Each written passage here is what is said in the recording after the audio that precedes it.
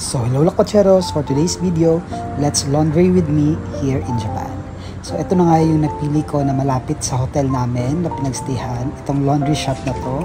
And pagpasok mo lang, sobrang linis niya and very organized. And very new pa din yung mga equipments, mga washing and the drying machines. So ganyan kadami yung units nila and very clean yung folding station. Free wifi din dito at may lounge area din. So tara, let's go. So ito na nga, first step, kinuha ko yung mga labahin namin sa maleta. This is for 10 days na mga labahin. So para makapag-ayos tayo at ma-fold natin ng maigi. So ito na, ilo-laundry ko lahat-lahat na. So nilagay ko lang siya sa basket na meron dito sa laundry shop. By the way, itong laundry shop na to dito sa Toyama, dito lang sa Japan. And after ko nga makuha sa maleta, dito na tayo sa ating assigned na washing machine. So lagay lang natin lahat and then we follow the instructions. Ito nagpaturo ko kay ate kasi at first akala ko walang English but meron pala. So just press the English and then instructions will be all in English and madali na lang siya. And by the way, ito palang wash and dry, nasa 1,200 yen yung binayad ko dito. So yung 1,000 yen na buo, pina-change ko lang para magbutal-butal siya na 100 yen each.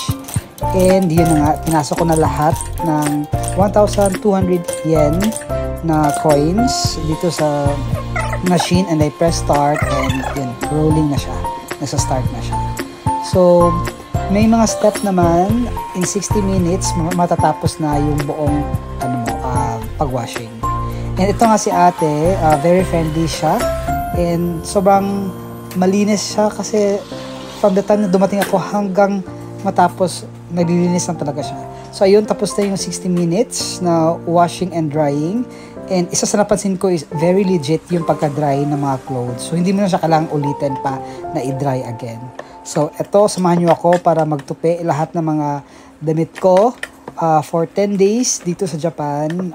Nilaundry ko na siya para wala na akong matirang mga soiled na clothes. Ayan, so, dito pala sa Japan, it's summertime pa.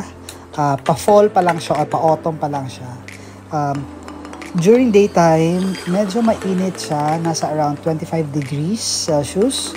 But pag kinagabihan and lalo na pag at dawn, kinaumagahan, early in the morning, malamig na siya, around nasa 22 degrees Celsius. So, I'm still here in Toyama City in Japan. Dito na tayo sa east side of Japan. So far, I'm enjoying my stay here and so far, same as with other places, mababait pa rin yung mga Japanese. Although, pag medyo nasa countryside ka na, medyo less na yung English. Kaya, be prepared with your Google Translate. And yung Google Maps, very important din. Kasi, in terms of instructions and directions sa mga train and buses, medyo less na yung English. So, yun lang yung masishare ko when it comes to countryside in Japan. But all in all, sobrang na-enjoy ko yung countryside.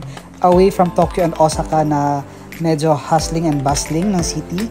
Dito naman, very peaceful, very laid back yung lugar ng Toyama. And sobrang nagustuhan ko siya, especially the weather. Mas early siya na lumalamig as compared with the big cities.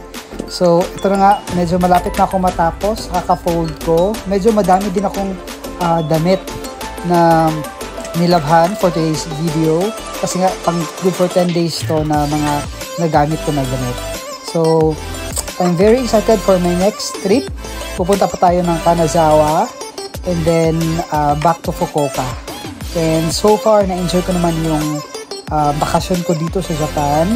And ito nga, sinusulit ko na every minute of the day. Talagang pinupuntahan ko yung mga places na less yung mga tao and maganda yung mga view. Ayan. So, I'm almost done with this video, with this laundry video. Dito na ako, tinutupi ko na yung mga socks. And after that, uwi na ako. So, I hope that maganda yung umaga nyo, gabi, or tanghali nyo dyan. And hopefully, you'll be having a great day kahit saan man kayo sa mundo. And thank you for watching this video. Ayan na, ilalagay ko na ulit sa maleta yung mga dried na at malinis na ng mga clothes. Para ready to wear na naman siya for another week, another days here in Japan. Thank you so much, Kapotseros, sa pagsama sa akin sa laundry with me here in Japan. Madali lang naman mag-laundry, sundan nyo lang yung instructions, and parang sa Pinas lang din siya ng mga machines, except that na-observe ko very legit yung pagka-dry niya. And tapos na nga ako. Thank you so much, and salamat din kay ate sa pag-guide sa akin dito sa Toyama. And ito nga yung view ko outside of the laundry shop. Super laid back, super peaceful, and tahimik lang. Thank you guys. Have a